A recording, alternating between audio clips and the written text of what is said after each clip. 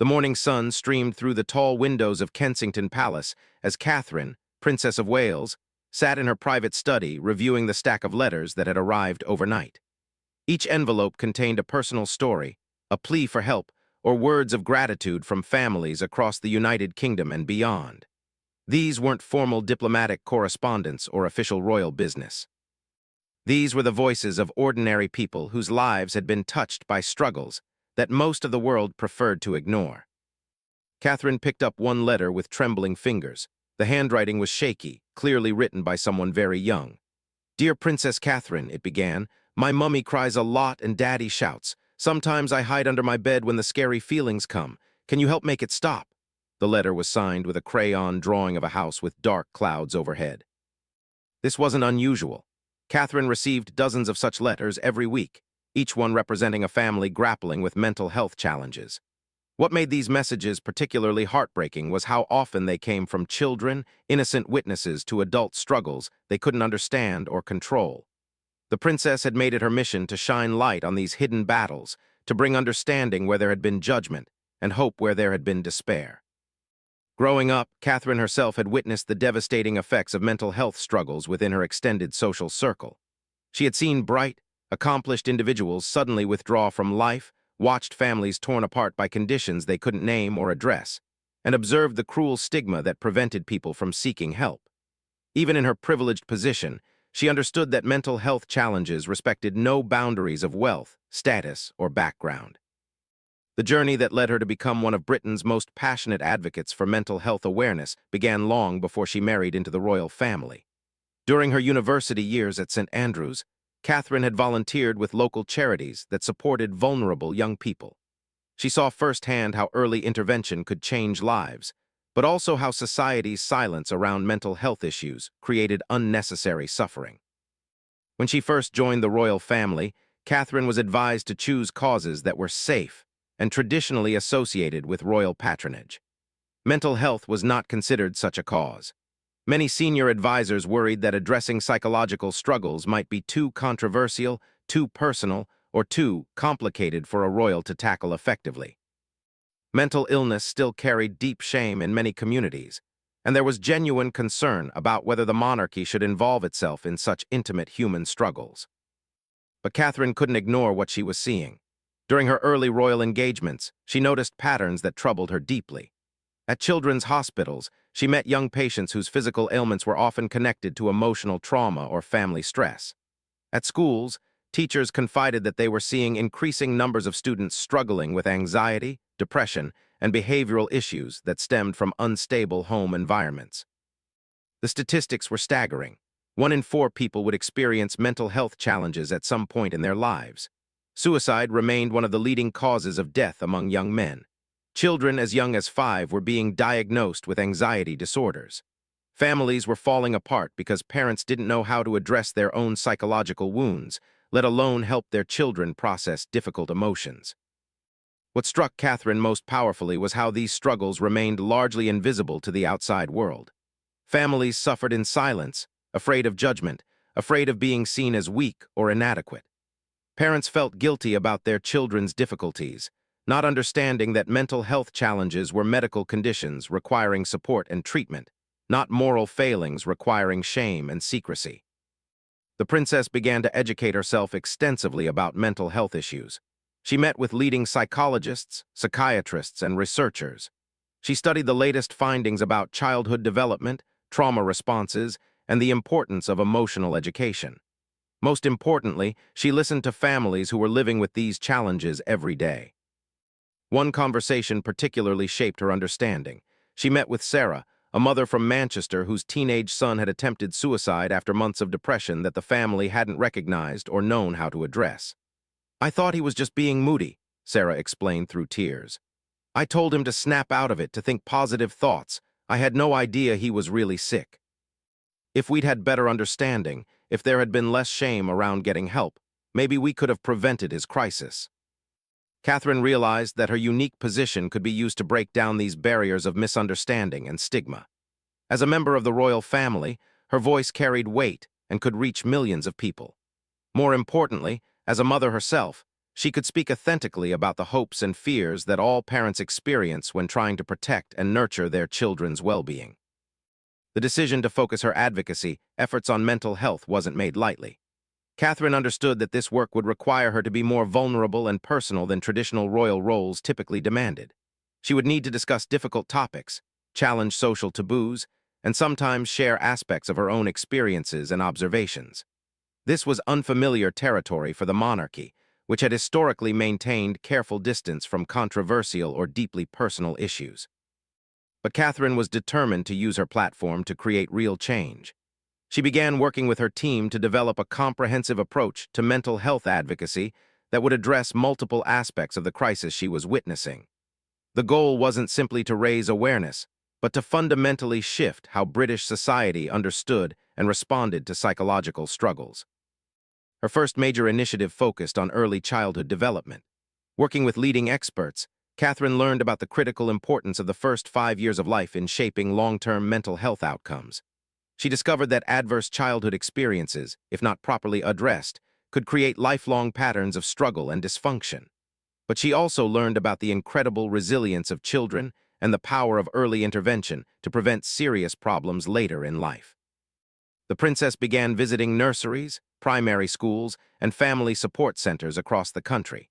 She spoke with teachers about what they were observing in their classrooms, with social workers about the families they were trying to help, and with parents about their daily struggles to provide emotional stability for their children. These conversations reinforced her conviction that mental health support needed to start much earlier than most people realized. Catherine's approach was always personal and hands-on. She didn't simply make ceremonial appearances or give formal speeches. Instead, she rolled up her sleeves, sat on classroom floors with children, joined family support groups, and participated in training sessions for professionals working in mental health fields. Her genuine engagement and willingness to learn impressed experts and families alike. Word of her commitment began to spread throughout the mental health community. Organizations that had struggled for years to gain public attention for their work suddenly found doors opening. Researchers received increased funding for studies on childhood development and trauma. Schools began implementing emotional literacy programs. Families felt less alone in their struggles as mental health conversations became more mainstream. The transformation wasn't immediate or easy. Catherine faced criticism from some quarters who felt that royal involvement in mental health issues was inappropriate or potentially harmful. Some argued that celebrities and public figures discussing mental health could trivialize serious medical conditions or encourage people to self-diagnose rather than seeking professional help. But Catherine remained focused on her core message.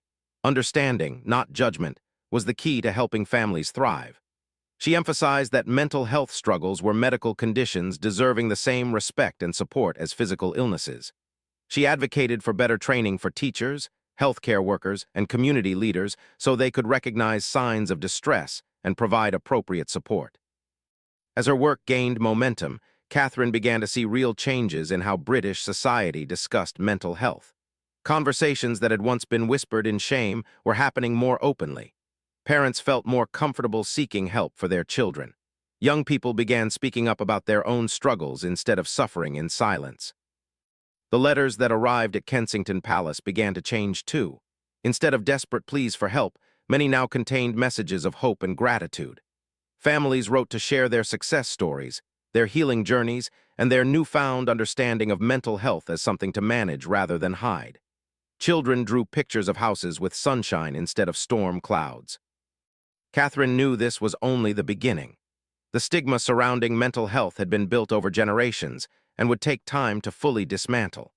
But she was committed to continuing this work, using every tool at her disposal to create a society where psychological well-being was valued and supported as much as physical health. The foundation she was building would prove crucial in the years ahead, as global events would test the mental resilience of entire populations and make her advocacy work more relevant and necessary than anyone could have imagined. The breakthrough moment came during Catherine's visit to a primary school in Birmingham on a crisp October morning in 2018. She had been invited to observe a pilot program that taught emotional literacy to children aged 5 through 11. The classroom buzzed with energy as 28 young students sat in a circle, discussing their feelings with a maturity that surprised even their teacher. "Sometimes I feel angry like a volcano," explained 7-year-old Marcus, his hands gesturing dramatically. "But now I know I can take deep breaths and count to 10 before the lava comes out." His classmates nodded knowingly, many sharing their own strategies for managing difficult emotions. These children weren't just learning reading and mathematics. They were developing crucial life skills that would serve them for decades to come. Catherine sat cross-legged on the colorful carpet, completely absorbed in the children's conversations. She watched as they practiced identifying emotions in themselves and others, learned healthy ways to express frustration and disappointment, and discovered how to ask for help when they felt overwhelmed. The transformation from her own childhood education was remarkable. When she was their age, feelings were something private, often confusing and rarely discussed openly. The teacher, Mrs. Rebecca Chen, explained how the program worked. "We've integrated emotional education into our daily routine," she said quietly while the children worked on their emotion journals. "We start each day by checking in with how everyone feels. We teach them that all emotions are normal and acceptable, but some ways of expressing emotions are more helpful than others. The children love it because it helps them understand themselves and their friends better." What impressed Catherine most was how naturally the children embraced these concepts. Unlike adults who often struggled to identify and articulate their emotions, these young minds absorbed emotional literacy like sponges soaking up water. They learned to recognize the physical signs of different emotions in their bodies, to use words instead of actions to express their needs, and to support classmates who were having difficult days. After spending the morning with the children, Catherine met with the school's staff and several parents who had volunteered to share their experiences. The stories she heard reinforced her growing conviction that early emotional education could prevent many of the mental health crises she encountered in her advocacy work. Maria Santos, a single mother of 2 students in the program, spoke through tears of relief. "My 8-year-old daughter used to have terrible tantrums at home," she explained.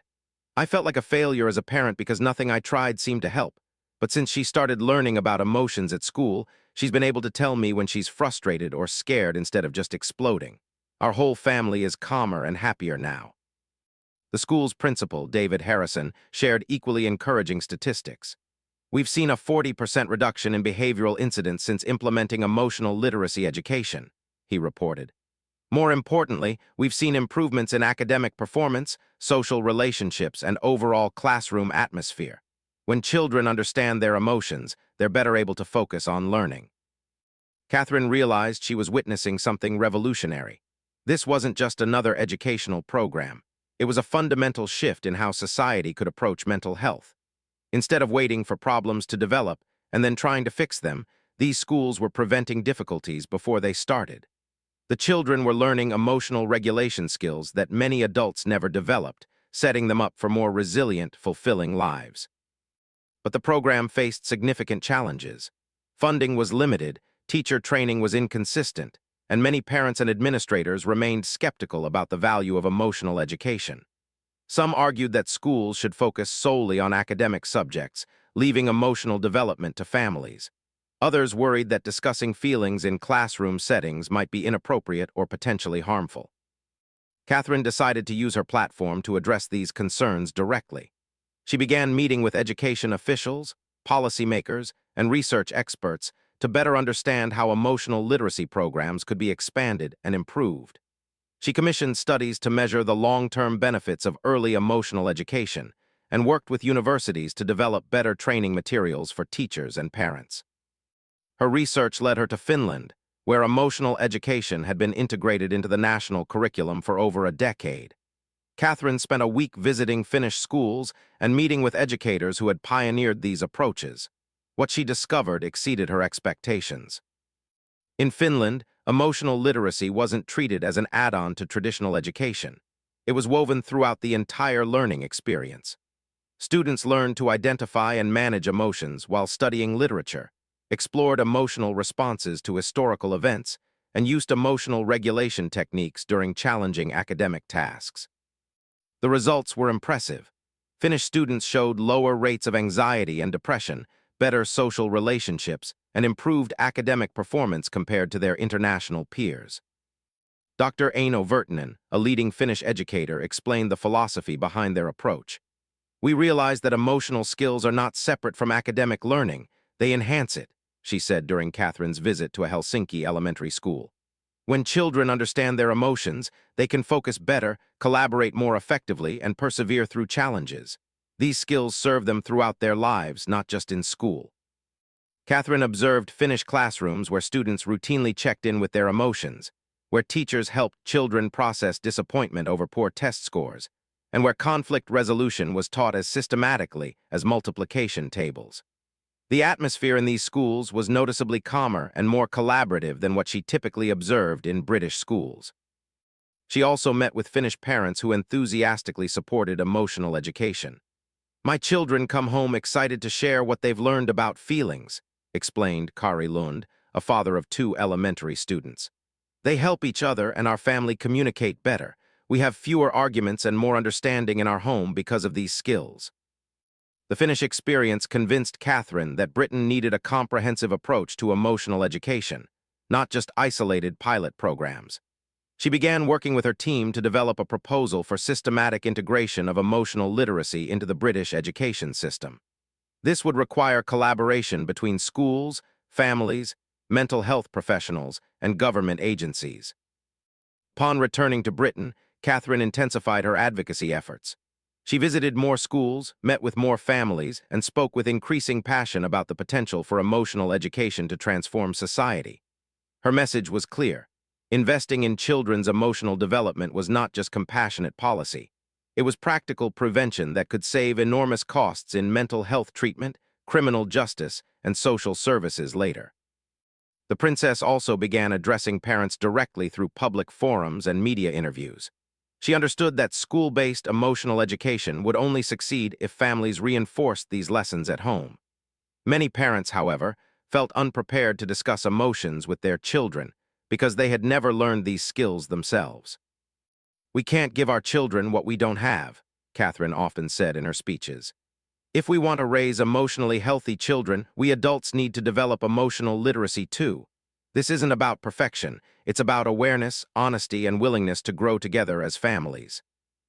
She began supporting programs that taught emotional literacy skills to parents alongside their children. These family workshops created safe spaces where parents and children could practice emotional communication together, breaking generational cycles of emotional suppression or dysfunction. One particularly moving example came from the Johnson family in Liverpool. 10-year-old Emma had been struggling with severe anxiety that was affecting her school performance and family relationships. Through a family emotional literacy program, both Emma and her parents learned to recognize early signs of anxiety, develop coping strategies, and communicate more effectively about difficult emotions. Before the program, we told Emma not to worry, to think happy thoughts, without understanding that anxiety is a real condition that needs real strategies, explained her father, Robert Johnson.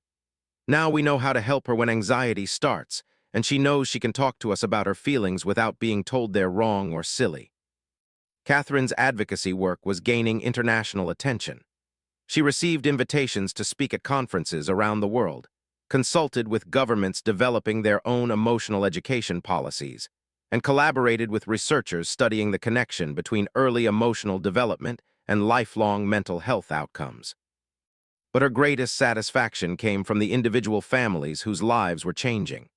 Letters continued to arrive at Kensington Palace, now filled with stories of children who felt understood, parents who felt equipped to help their families, and teachers who felt empowered to address the whole child, not just academic achievement. The princess was building something much larger than a single advocacy campaign. She was creating a movement that challenged fundamental assumptions about education, childhood, and mental health. The work was complex and often slow, but Catherine remained committed to her vision of a society where emotional well-being was valued as highly as physical health or academic achievement. The call came on a Friday evening in March 2020, just as Catherine was reviewing plans for a major mental health conference scheduled for the following month. Her private secretary's voice was tense with urgency. "Your Royal Highness, we need to discuss the coronavirus situation immediately. All public events are being postponed indefinitely." Within hours, Catherine found herself in emergency meetings as the full scope of the global pandemic became clear. Schools were closing, Families were being confined to their homes, and the mental health support systems she had worked years to strengthen were suddenly inaccessible to those who needed them most. The timing couldn't have been worse, yet it would prove to be when her advocacy work became more crucial than ever before. As lockdown measures took effect across Britain, Catherine began receiving desperate communications from families, teachers, and mental health professionals. The isolation, uncertainty, and fear created by the pandemic were triggering mental health crises at an unprecedented scale. Children were showing signs of severe anxiety and depression. Parents were struggling to manage their own emotions while supporting their families through an impossible situation. Domestic violence incidents surged as stress levels reached breaking points. Dr. Sarah Mitchell, a child psychologist who had worked with Catherine for several years, called with alarming reports from her practice. "We're seeing children as young as 4 developing panic attacks," she explained during a video conference that became Catherine's new normal way of conducting meetings. "Families who were managing well before the pandemic are now in crisis. The emotional literacy skills we've been teaching are helping some families cope, but others need immediate intervention." Catherine realized that the pandemic was both a devastating challenge and an unprecedented opportunity. While millions of families were struggling with mental health issues, the crisis was also making these struggles visible in ways they had never been before. Parents who had previously dismissed emotional education as unnecessary were suddenly desperate for tools to help their children process fear and uncertainty. Teachers conducting virtual lessons were witnessing firsthand the emotional turmoil in their students' homes. Working around the clock, Catherine and her team developed emergency initiatives to provide mental health support during lockdown. They partnered with technology companies to create online emotional literacy resources for families. They produced video series featuring child psychologists, educators, and Catherine herself, sharing practical strategies for managing anxiety, maintaining routines, and preserving family connections during isolation. The response was overwhelming. Within the first week, their online resources were viewed by over 2 million families. Comments poured in from parents expressing gratitude for finally having guidance on how to help their children understand and cope with the frightening changes in their world. "My 6-year-old son has been having nightmares about the virus," wrote Rachel Thompson from Edinburgh. "The techniques Princess Catherine shared about helping children process fear through drawing and storytelling have been lifesavers for our family. For the first time in weeks, he's sleeping through the night and talking about his worries instead of just crying." But Catherine knew that online resources weren't enough for the most vulnerable families. Many children living in poverty, unstable housing situations, or abusive homes had lost their primary sources of safety and support when schools closed. Teachers who had been trained to recognize signs of emotional distress were no longer seeing their students in person. Social workers faced restrictions that made it difficult to check on at-risk families. The princess began working with government officials to ensure that mental health support was considered an essential service during the pandemic. She advocated for continued funding of family support programs, pushed for mental health check-ins to be included in virtual learning platforms, and helped develop protocols for identifying and assisting children who were struggling with isolation or family stress. One of her most innovative initiatives involved training volunteers to conduct virtual emotional wellness checks with families. Retired teachers, social workers, and mental health professionals were recruited to make regular video calls with families who had requested support. These volunteers, equipped with emotional literacy tools Catherine had helped develop, provided crucial human connection during a time of unprecedented isolation. Mrs. Eleanor Davies, a retired primary school teacher from Wales, became one of these volunteers and regularly checked in with 12 families in her community. "The princess's training gave me specific strategies for helping both children and parents identify their emotions and develop coping skills," she explained. "I've watched families go from being overwhelmed and frightened to having daily routines that include emotional check-ins and stress management techniques." The pandemic also highlighted racial and economic disparities in mental health support that Catherine had been working to address. Families in lower-income communities were more likely to experience job loss, housing instability, and food insecurity during lockdown, creating additional stressors that affected children's emotional well-being. Many of these families lacked reliable internet access for online mental health resources or lived in crowded conditions, that made isolation and stress management particularly challenging. Catherine partnered with community organizations in underserved areas to ensure that emotional literacy support reached the families who needed it most. They developed printed materials that could be delivered to homes without internet access, created phone-based support systems for families without video capability, and worked with food banks and community centers to distribute mental health resources alongside basic necessities. The work was exhausting but rewarding. Catherine often spent 12-hour days in video conferences, reviewing emergency protocols and personally responding to families in crisis. She saw firsthand how the emotional literacy foundation she had built over years of advocacy work was proving invaluable during the most challenging period many families had ever faced. Children who had learned emotional regulation skills before the pandemic showed greater resilience during lockdown.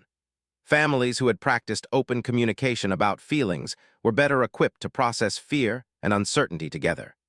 Teachers who had been trained in emotional education were able to provide crucial support to students even through virtual learning platforms. Dr. James Patterson, a researcher studying pandemic mental health impacts, documented remarkable differences between schools that had implemented emotional literacy programs and those that hadn't. Students in schools with strong emotional education showed significantly lower rates of anxiety and depression during lockdown, his preliminary findings revealed. They also maintained better academic engagement and family relationships throughout the crisis. As the initial lockdown phase began to ease, Catherine faced a new challenge, helping families transition back to normal life while addressing the psychological trauma many had experienced. Children who had been isolated for months needed support reintegrating into social situations. Parents who had lost jobs or experienced family illness needed help processing grief and uncertainty. Everyone needed strategies for managing ongoing anxiety about future pandemic waves or other potential crises. Catherine organized a series of virtual town halls where families could share their experiences and learn from each other. These sessions revealed both the devastating impact of the pandemic on mental health and the incredible resilience families had developed when given proper support and tools. "My daughter was terrified to leave the house when lockdown ended," shared Maria Gonzalez from Manchester during one of these sessions. "But using the gradual exposure techniques Princess Catherine's team taught us, she slowly rebuilt her confidence. Now she talks about her fears instead of being paralyzed by them." The pandemic had fundamentally changed how British society viewed mental health. Struggles that had once been hidden or stigmatized were now openly discussed. Parents who had previously resisted emotional education for their children were actively seeking these resources. Employers were implementing mental wellness programs for their staff. Schools were prioritizing emotional support alongside academic recovery. Catherine realized that the crisis had created an unprecedented opportunity to implement the systematic changes she had been advocating for years. Public opinion had shifted dramatically in favor of mental health investment. Politicians who had previously questioned funding for emotional education were now championing these programs as essential infrastructure. Working with education officials, Catherine helped develop plans for integrating emotional literacy into pandemic recovery efforts. Schools reopening after lockdown would include dedicated time for emotional processing and social-emotional skill building. Teacher training programs would emphasize trauma-informed education approaches. Family support services would be expanded to help parents who had struggled during isolation. The princess also began planning for long-term research to study the pandemic's mental health impacts and the effectiveness of different intervention strategies. This data would be crucial for developing better crisis response protocols and strengthening mental health support systems for future challenges. As 2020 drew to a close, Catherine reflected on how dramatically the landscape of mental health advocacy had changed. The work that had once seemed revolutionary was now being recognized as essential. The emotional literacy tools that had been dismissed by some as unnecessary were now being requested by overwhelmed families and educators. But she also recognized that the increased demand for mental health support far exceeded available resources. The pandemic had created awareness, but also revealed massive gaps in the support systems needed to help families thrive. The real work of building comprehensive, accessible mental health infrastructure was just beginning. The breakthrough came in September 2021, when Catherine received an unexpected invitation that would transform her advocacy work from a British initiative into a global movement. The World Health Organization was convening its first international summit on child mental health, and they wanted the Princess of Wales to deliver the keynote address to representatives from 53 countries. Standing before an audience of health ministers, researchers, educators, and advocates from around the world, Catherine felt the weight of the moment. This was her opportunity to share the lessons learned from years of work in Britain and to advocate for children everywhere who were struggling with mental health challenges that their societies were ill-equipped to address. Every child deserves to understand their emotions, Catherine began, her voice carrying to the back of the vast Geneva Conference Hall. Every parent deserves tools to support their child's emotional development. Every teacher deserves training to recognize when students are struggling. These are not luxuries or optional extras. They are fundamental requirements for human flourishing. Her 20-minute address wove together personal stories from her advocacy work, research findings from British programs, and a compelling vision for global action on child mental health. Catherine spoke about Marcus, the 7-year-old who had learned to manage his anger like a volcano, about Emma Johnson's family transformation through emotional literacy, and about the thousands of families who had found hope through understanding. The response was immediate and overwhelming. Delegates from countries as diverse as Ghana, Brazil, and South Korea approached Catherine with stories remarkably similar to what she had witnessed in Britain. Children everywhere were struggling with anxiety, depression, and emotional regulation, challenges that their communities didn't know how to address. Parents across cultures shared the same fears about their children's well-being and the same feelings of helplessness when traditional approaches failed. Dr. Amara Okafor from Nigeria's Ministry of Health was particularly struck by Catherine's presentation. "We have been treating mental health as an adult issue in our country," she explained during a private meeting after the summit. "But listening to your experiences, I realize we need to start with our youngest children. The emotional literacy approaches you describe could transform how we address the psychological trauma so many of our children experience." Following the summit, Catherine began receiving invitations from governments around the world seeking consultation on implementing emotional education programs. Her team developed international training materials that could be adapted to different cultural contexts while maintaining core principles about emotional literacy and early intervention. The work expanded rapidly. Catherine partnered with UNICEF to create emotional education resources for refugee children who had experienced severe trauma. She worked with the Gates Foundation to develop mobile technology solutions that could deliver mental health support to remote communities. She collaborated with researchers in Australia to study how Indigenous communities could integrate traditional emotional wisdom with modern psychological understanding. One particularly meaningful project involved working with schools in post-conflict regions where children had witnessed violence and displacement. In collaboration with local mental health professionals, Catherine's team developed programs that helped these children process their traumatic experiences while building resilience for the future. Maria Fernandez, a teacher in a refugee camp in Jordan, reported remarkable results after implementing emotional literacy techniques with Syrian children who had fled their homes. "These children had stopped speaking, stopped playing, stopped being children," she explained via video call. "But when we gave them ways to express their feelings safely, when we taught them that their emotions were normal responses to abnormal situations, they began to heal. I watched children who hadn't smiled in months start laughing and playing again." The international expansion of Catherine's work brought new challenges and insights. Cultural differences in how emotions were understood and expressed required careful adaptation of programs. In some societies, open discussion of feelings was unfamiliar or uncomfortable. In others, mental health stigma was so severe that families feared seeking any kind of psychological support. Catherine learned to work closely with local leaders, traditional healers, and community elders to ensure that emotional education programs respected cultural values while still providing effective support. This collaborative approach led to innovative solutions that strengthened rather than replaced existing community support systems. In rural Kenya, for example, emotional literacy concepts were integrated into traditional storytelling practices. Elders who had always shared moral lessons through folktales began incorporating emotional awareness into these stories, teaching children to recognize feelings and develop coping strategies through narratives that honored their cultural heritage. Princess Catherine understood that we needed to build on our strengths, not replace our traditions, explained Joseph Kiprotich, a community leader who helped develop the Kenyan program. Now our children learn emotional skills that help them in modern life while staying connected to the wisdom of their ancestors. The global expansion also provided valuable research opportunities. Catherine worked with universities worldwide to study how emotional literacy programs affected children from different backgrounds and in different circumstances.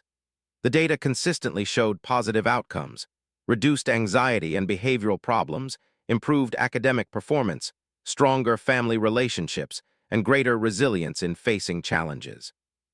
Dr. Li Wei from Beijing University conducted one of the most comprehensive studies, following 3,000 children across 12 countries for 18 months. Her findings were remarkable. Children who received emotional literacy education showed 30% fewer mental health problems, 25% better academic achievement, and significantly improved social relationships compared to control groups who didn't receive this education. The Princess of Wales has been advocating for something that research proves works across cultures and contexts, Dr. Lee reported at a major psychology conference. Emotional literacy isn't just beneficial for some children, it's beneficial for all children, regardless of their background or circumstances. These research findings provided Catherine with powerful evidence to share with policymakers and funding organizations. What had started as a passionate advocacy effort based on personal observation was now backed by rigorous scientific data from multiple countries and cultures. The success also brought increased scrutiny and criticism. Some argued that focusing on emotional education diverted resources from addressing poverty, inequality, and other social problems that affected children's well-being. Others worried that psychological interventions might undermine traditional family structures or cultural practices. Catherine addressed these concerns directly, emphasizing that emotional literacy education enhanced rather than replaced other important interventions. A hungry child needs food, and a traumatized child needs safety, she often said in response to critics.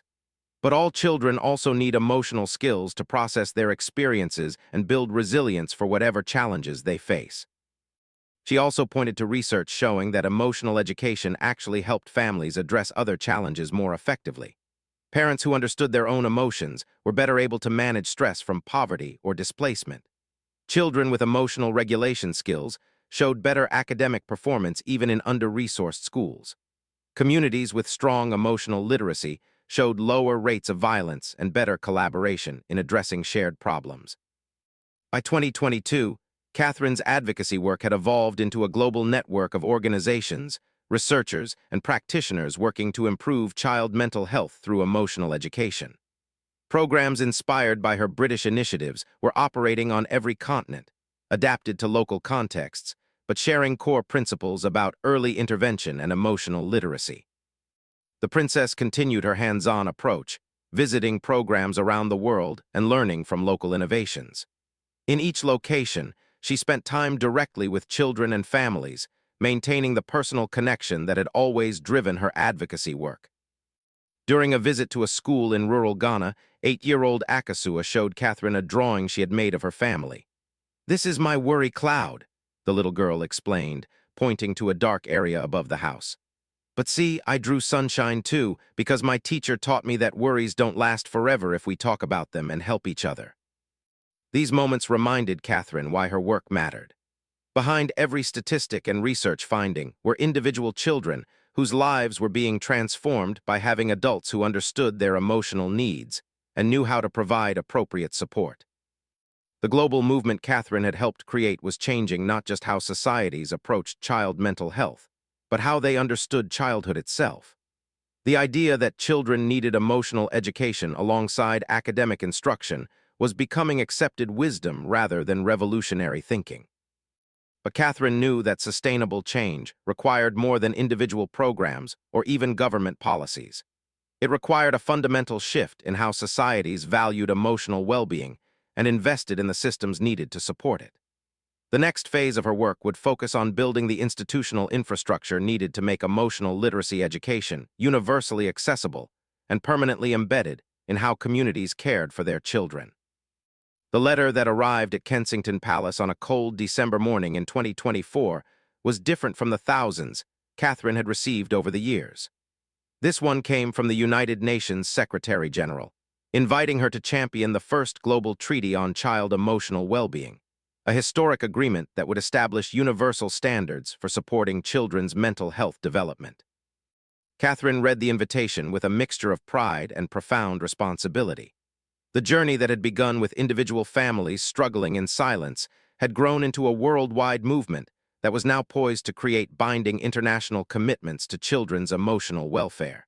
It was validation of everything she had worked toward, but also a reminder of how much work still needed to be done. The treaty negotiations brought together representatives from 193 countries, each with different cultural perspectives on childhood, mental health, and the role of government in family life. Catherine found herself at the center of intense discussions about how to create universal principles that could be adapted to diverse societies while maintaining effectiveness. Every child, regardless of where they are born or what circumstances they face, deserves to develop emotional literacy skills, Catherine argued during one particularly challenging negotiation session. We're not asking countries to adopt identical programs, but to commit to the principle that emotional education is as important as teaching children to read and write.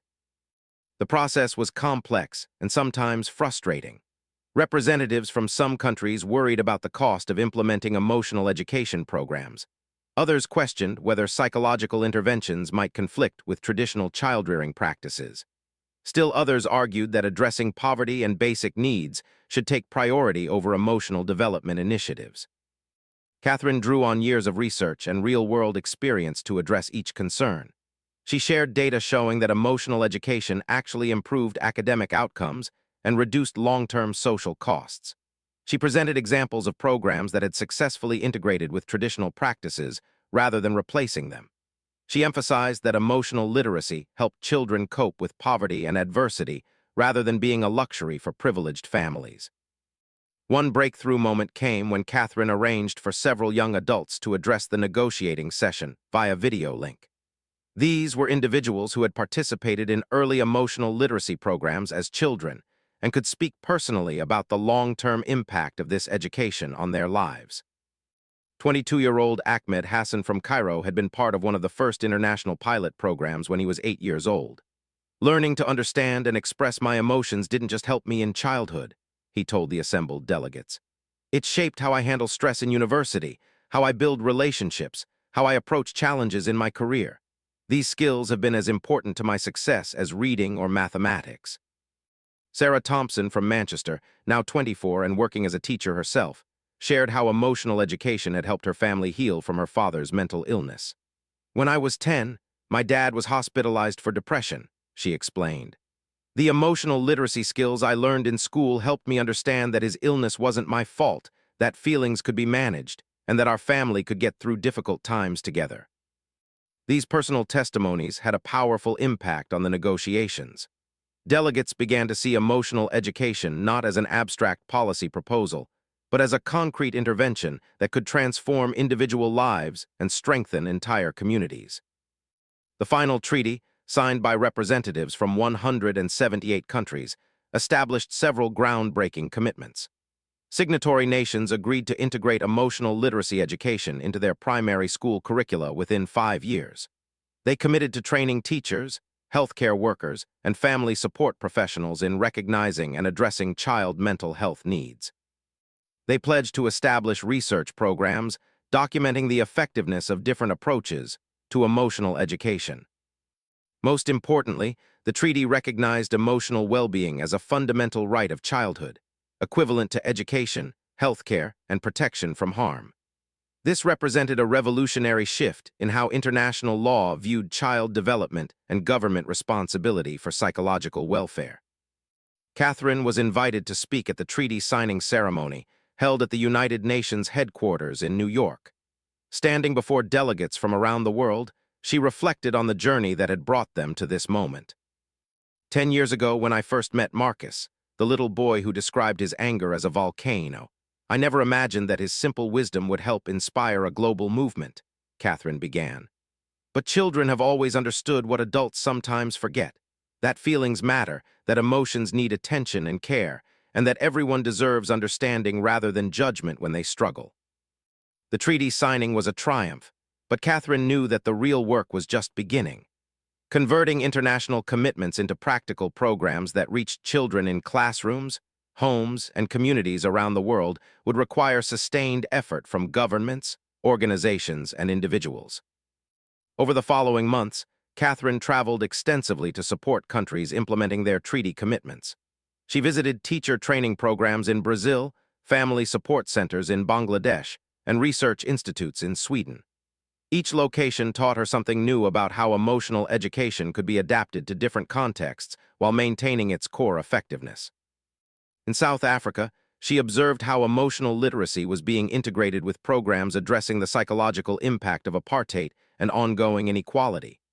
In Japan, she learned how emotional education was helping children cope with intense academic pressure and social expectations. In Mexico, she saw programs that addressed the trauma experienced by children in communities affected by violence. The princess has helped us understand that mental health is not separate from everything else children face, explained Dr. Rosa Martinez, who is implementing emotional education programs in Mexican schools. When children learn to process fear, sadness, and anger in healthy ways, they're better able to learn, to build relationships, and to contribute to their communities. The data emerging from treaty implementation was consistently positive. Countries that moved quickly to establish emotional education programs saw measurable improvements in child mental health indicators within 18 months. Academic performance improved, behavioral problems decreased, and family relationships strengthened in communities with strong emotional literacy initiatives. But perhaps the most meaningful validation came from the children themselves. Catherine continued to receive letters and drawings from young people around the world who were benefiting from emotional education programs. Their messages showed not just improved mental health, but increased empathy, better conflict resolution skills, and greater resilience in facing challenges. 12-year-old Priya from Mumbai wrote, "Dear Princess Catherine, thank you for helping my school teach us about feelings. When my grandmother died last year, I was very sad, but I knew how to talk about it instead of keeping it inside. My teacher helped me understand that grieving is normal and that sad feelings can exist alongside happy memories." These individual success stories were multiplied millions of times across the globe as emotional education programs reached more children. Catherine often thought about the ripple effects. Children who learned emotional regulation would become parents better equipped to support their own children's development, creating generational improvements in mental health and family stability. The work also sparked innovations that Catherine hadn't anticipated. Technology companies developed apps and virtual reality programs to teach emotional literacy. Artists created children's books, songs, and games that made emotional education engaging and accessible. Medical schools began incorporating emotional literacy into training programs for pediatricians and mental health professionals. By 2025, the landscape of child mental health had been fundamentally transformed. What had once been seen as a specialized intervention for troubled children was now recognized as essential education for all young people. Emotional literacy was being taught alongside reading and mathematics in classrooms worldwide. Parents were receiving support and training to reinforce these skills at home. Communities were developing support systems that prioritized emotional well-being alongside physical health and academic achievement. Catherine reflected on this transformation during a quiet moment in her study at Kensington Palace, surrounded by the letters and drawings that had guided her work for over a decade. The scared, confused messages from children and desperate pleas from parents had been replaced by notes of gratitude, reports of success, and artwork depicting families who felt understood and supported. The little girl who had once written about hiding under her bed when scary feelings came had grown up and was now working as a child psychologist herself, helping other young people develop emotional literacy skills. Marcus, the boy with volcano anger, had become a peer counselor in his secondary school, teaching other students the emotional regulation techniques he had learned years earlier. These individual transformations represented something much larger, a global shift toward recognizing emotional well-being as fundamental to human development and social progress. Children around the world were growing up with tools their parents had never possessed, equipped to handle life's challenges with understanding rather than fear, connection rather than isolation, and hope rather than despair. Catherine's advocacy work had evolved from addressing a problem she observed in her royal duties to catalyzing a worldwide movement that was reshaping childhood itself. The understanding she had championed, the recognition that emotional literacy was as crucial as any other form of education, had become accepted wisdom that would benefit generations of children yet to be born. As she prepared for her next school visit to observe emotional education programs in local London schools, Catherine smiled at the thought of all the young minds who would grow up taking emotional literacy for granted. They would never know a world where feelings were scary, shameful, or ignored. For them, understanding emotions would be as natural as learning to read, and supporting others' mental well-being would be as automatic as helping someone who was physically hurt. This was the legacy Catherine had helped create, a world where every child's emotional development was valued, supported, and nurtured, creating stronger individuals, healthier families, and more compassionate communities for generations to come.